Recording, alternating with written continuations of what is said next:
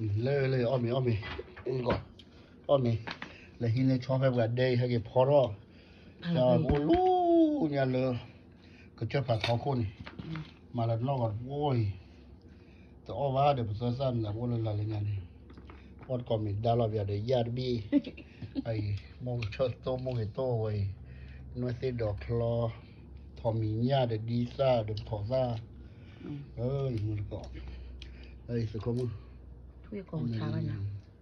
Lấy ra mới là có mì đi này. Nấu vậy. Nó phải quý gì vậy. Ra mua để hao mì. Ra mua nó ở xế là như vậy. Chẳng là gì à. Ở nó như cho dây vào mà. Ở lại have cơm rồi. Lo cho cái đu rồi đi. Đó, quý được ăn thọ gian là chẳng là gì à. Anh ấy lần mua còn nói ăn còn mì. Lúc cho cô vào vậy. Lúc cho phạt thọ cô nha.